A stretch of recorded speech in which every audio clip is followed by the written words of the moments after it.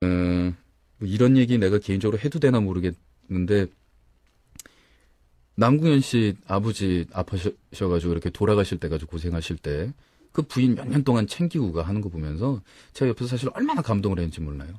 야, 요즘 세상에. 부모 자식 간에도 싸움 나누고 이렇게 되는 거는 어쩔 수 없다 이겁니다. 더 좋은 경우에 사람들, 훌륭한 인격으로 그 아프면서 부모 자식 관계 유지해가고 그러는 사람들도 있겠지만 못 그런다고 해서 뭐 창피한 일은 아니에요. 근데 제가 볼 땐 위험한 건 뭐냐면 병관을 할렘 제대로 하고 하지 말란 말아야 되는데 어줍잖게 못 이겨가지고 힘들게 하는 거 표시 다 내면서 도와준 보람도 없이 도움받는 사람 마음 불편하게 티 다 내면서 하면서 그러면서 엎어진 사람 일으켜주진 못할 망정 엎어진 사람 뒤통수에다 물 끼얹어요. 자기는 또 그 죄책감에 시달려요. 난 나쁜 사람이야.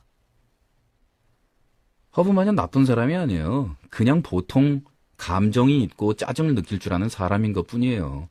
근데 이런 상황을 아무 대책 없이 계속 지내다가는 본인이 나쁜 사람이야 라는 생각 때문에 괴로운 것은 물론이려니와 진짜로도 나쁜 사람이 됩니다. 자, 빠져나갑시다. 어떻게 빠져나갈까요?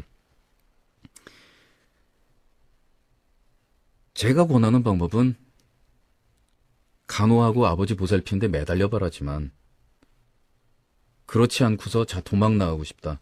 도망 나가는 것보다 다른 방법을 한번 생각해봐요. 간병인을 둘 수 있어요. 근데 돈이 많이 들지요. 그리고 뭐 자식이나 가족이 보살펴 주는 것만 하겠냐라는 생각을 하시는 분들도 있는데 그게 남의 손을 내 맡김으로 해서 서로 편안해지는 결과가 병과 싸울 때는 정말로 나타납니다. 결과가. 의사나 간호사나 이런 사람들이 남이기 때문에 이야기해 줄 수 있는 가령 대개 아버지 암이십니다. 2개월밖에 못 사세요. 이거 친척 같으면 얘기하겠냐 이거. 남이니까 얘기하죠.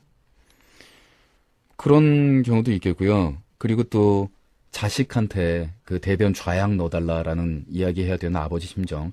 차라리 전문 간병인 그런 일 잘 하시는 분이 맡아주면 남이니까 그냥 그래도 또 숭고한 일이긴 하지만 그래도 돈 받고 하는 일이니까 부탁도 할 수 있고 해서 더 편해질 수가 있어요. 또 집안에 장애인이 있는 경우에도 그런 경우에도 현실적으로 집안에 장애인이 직접 있거나 겪어본 사람들하고 겪어보지 않은 사람들의 케이스는 틀려요. 우리나라 사람은 좀 쉽게 말하는 경우가 있는 것 같아요. 집에 가령 장애인이 있다. 근데 장애인 보호시설에 집어넣었단 말입니다. 그러면 아무리 장애인이라도 그렇지 그 가족인데 직접 안 돌보고 그런 시설에도 왜 집어넣어 나쁜 사람들 같으니 이런 얘기를 하는데 그건 남이니까 너무 쉽게 얘기하는 거예요. 뭐냐면 다들 자기 직업이 있고 밖에 나가서 일도 해야 되고 자기 생활도 있는데 옆에서 돌보려고 그러니까 밑도 없고 끝도 없고 또 전문직이 아니라서 힘든 것도 있고 오히려 더 못하다라는 생각이 든단 말이에요. 그래서 보호시설 중에서도 돈 꽤나 들어가고 이런 데가 있어요. 거기 좋은 점은 뭐냐면 동네 사람들한테 손가락질 받거나 못된 일 당하지 않고 비슷한 처지의 사람들이 모여서 전문적인 사람들이 지도하면서 그 사람들이 또 할 수 있는 일도 찾아주고 이런 시설들도 있어요. 그런 게 나은 경우도 있다 이거죠. 같이 살면 성인 군자들 자신 있으면 같이 살아라는 얘기예요.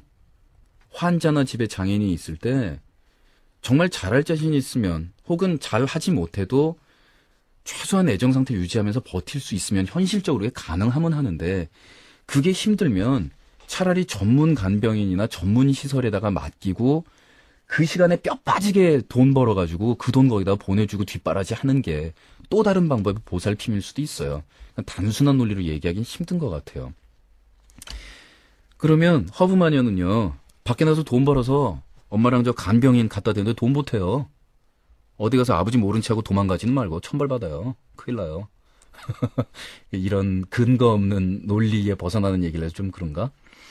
어떻습니까? 그럼 죄책감이 드는 아버지를 버리고 간다라는 그런 기분도 훨씬 덜할 것이고요. 또 부모 자식 간에도 안 볼 거는 안 봐야 돼요. 그리고 허브마녀가 아버지 대소면 다 받아내면서 그 감정의 어떤 긁힘이나 이런 거 없이 그렇게 지낼 수 있는 타입이었으면 태어날 때 그럼 참 좋겠는데 그게 아니네요. 이런 경우에는 서로 감정 더 상하거나 그러기 전에 경제적 여건이 허락한다면, 또 허락하지 않는다면 허브만이 밖에 나가서 돈 벌려니까요. 간병인 구하러 돈 벌러 밖에 나가서 그 대신 직장 생활하고 밖에서 사회생활하고 라이프를 갖는 거 아니에요? 생활을. 뭐 그게 직장을 구할 수 있을지, 돈을 얼마나 버실지는 모르겠지만 그런 방법을 한번 시도를 해보시고요. 그냥 막무가내로 도망가는 것보단 낫겠죠. 그리고 아버지가 지금 어릴 때 바라보던 아빠가 아니라는 거를 분명히 아실 거라고 믿어요. 지금 옆에서 간호를 하고 계시니까. 같은 사람이지만, 그리고 아버지 인성이 변한 게 아니라 아버지가 너무 힘들고 인생이 막막하고 지금 의지할 데도 없고 너무 힘들어서 아버지 원래 당당했던 모습이라든가 아빠 같았던 남자 같은 모습을 지금 발휘하지를 못하고 있어요. 그거를 이해를 하고 계셔야 될 것 같고요. 아버지를 간호를 그래도 끝까지 한번 마음먹고 해보시겠다라고 생각을 하신다면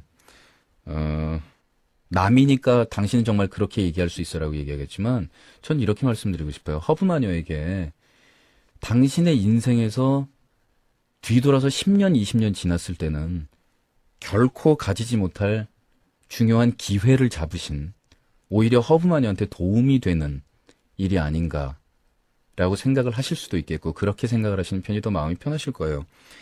이런 경우에는 종교를 가지시는 게 참 좋으실 것 같아요. 저는 종교를 가짐으로 해서 생기는 그 부정적인 것, 세상의 모든 것에는 좋은 점이 있고 나쁜 점이 있기 때문에 부정적인 면이나 이런 것들 때문에 종교를 남한테 이렇게 권하거나 그러진 않는데요. 종교를 남한테 권할 때는 언제냐면요, 그거 말고는 다른 빠져나가는 길이 없고 그게 정말로 답인 것 같은 생각이 들 땐 종교를 권해요. 어떤 종교든지 종교를 가지시든가 아니면 지금 갖고 계시다면 종교의 의미를 다시 한번 생각해 보시는 게 어때요? 이 방송이 특정 종교에 대한 이야기를 하는 방송은 아니기 때문에 각 종교 얘기를 그럼 다 짧게 한 번씩 다 해볼게요. 혹시 교회나 성당을 나가세요? 그리고 하느님이나 예수님을 믿으십니까? 그러면 이렇게 생각하세요. 제가 뭐 성직자가 아니기 때문에 이런 얘기를 하는 건 좀 주제가 넘습니다만은 좋은 의미에서 말씀드리는 거니까 종교를 가지신 분들도 다 이해하실 거라고 믿어요. 예수님이 십자가에 매달려서 고통받는 죄인들을 대신해서 돌아가셨다고 하죠. 그렇게 생각을 하세요. 지금 예수님이 당신의 집 안방에서 아빠의 모습으로 누워 계세요. 그리고 죄인들한테 창에 찔리고 상처받은 모습으로 누워서 울면서 당신에게 죄악을 넣어달라고 부탁을 하고 계십니다. 예수님이 당신한테 왼쪽으로 돌아눕지도 못하고 오른쪽으로 돌아눕지도 못하고 앉지도 못하니 나를 좀 일으켜달라고 말씀하고 계세요. 버리고 밖으로 가실 겁니까? 자, 그럼 불교로 가자, 불교로. 이렇게 생각을 해보세요. 불교에서 말하는 인연이라는 거 있잖아요. 그 허브마녀하고 허브마녀 아빠는 이 전생, 전전생, 전전전생에서 왼수였어요, 왼수. 근데 한 번은 허브마녀가 아빠한테 아주 못되게 하고 한 번은 아빠가 허브마녀한테 되게 못되게 했다라고 생각을 해봅시다. 이번 삶에서 두 분은 그걸 풀어야 돼요. 그리고 지난번에 허브마녀가 아빠한테 되게 나쁘게 행세한 모양이에요. 그래서 아빠는 정말로 지금 벌을 받고 있는 게 뭐냐면, 이게 중요한 얘기인 것 같은데요. 당신을 괴롭히고 싶어서 괴롭힌 게 아니잖아요, 절대. 결과적으로 당신이 괴로워도 아빠는 지금 당신을 괴롭히고 싶은 마음이 요만큼도 없어요. 자기가 너무 괴로우니까 그렇게 됩니다. 요번에 업을 청산하시고 아버지를 간호하는 임무, 그게 앞으로 10년이 될지 20년이 될지 뭐 짧게는 6개월이 될지 어떻게 될지 모르겠지만 아버지 돌아가신 다음에 나중에 후회하지 마시고, 그리고 당신의 청춘, 당신의 사회생활, 그건 나름대로 짜증도 나시겠지만 어떻게든지 한번 이겨보세요. 그러면 30살, 40살, 50살이 넘어가면서 당신 인생을 계속 살게 됐을 때 몇십 년 후에는 아빠를 포기하지 않고 끝까지 옆에 남아서 간호를 했던 일이 당신의 인생에서 가장 빛나는 일 중에 하나가 돼 있을 겁니다. 복 받을 거예요. 다른 누구를 위해서 하는 일도 아니고 당신 낳아준 사람을 위해서 하는 거고요. 자, 그럼 이슬람교식으로 얘기를 해봅시다. 왜냐하면 우리나라에 이슬람교 신자가 몇 명이나 된다고 기독교하고 불교까지만 얘기하면 됐지라고 말씀을 하신다면 그건 저 소수의 입장을 너무 무시하시는 거예요. 우리나라에도 분명히 이슬람교 신도가 있습니다. 그러면 형평성을 기하기 위해서 얘기를 다 해야죠. 그럼 우리나라에 있는 종교 다 얘기할 거냐고요? 좀 기다려봐요. 이슬람교식으로 얘기를 하면요. 노래 한 곡 듣고 얘기하도록 하겠습니다.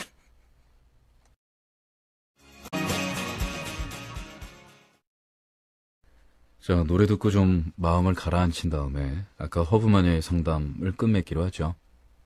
근데 그 허브마녀님이 글을 쓰신 걸 보니까 성격이 나쁜 분도 아닌 것 같은데 그 솔직히 좀 이해가 안 가는 것 같아요.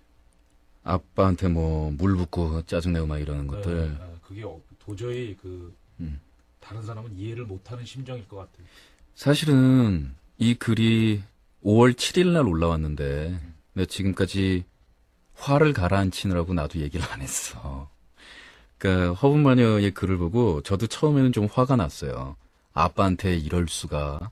그리고 지금 이 글을 듣는 사람들 중에서 많은 사람들이 불효녀라는 둥, 어떻게 부모 자식 간에 그럴 수가 있냐는 둥.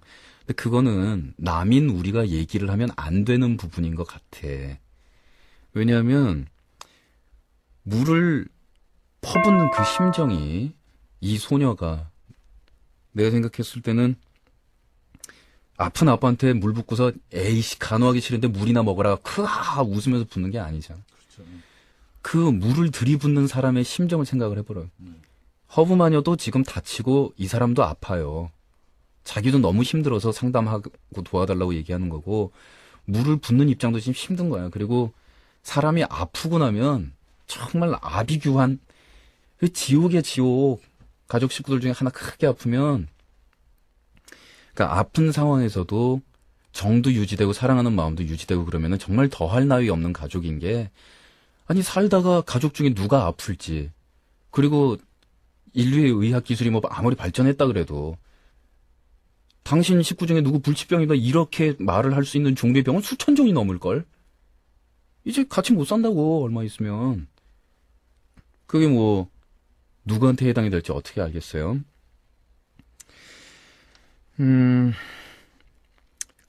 그리고 마지막으로 말씀드리면 나중에 3, 40년 흐른 다음에 아빠한테 진 죄 갚는다고 그 다른 사람들 찾아다니면서 봉사해 봐야 아빠한테 갚는 거는 아니게 될 겁니다. 오늘 방송 마칩니다. 내일 뵐게요.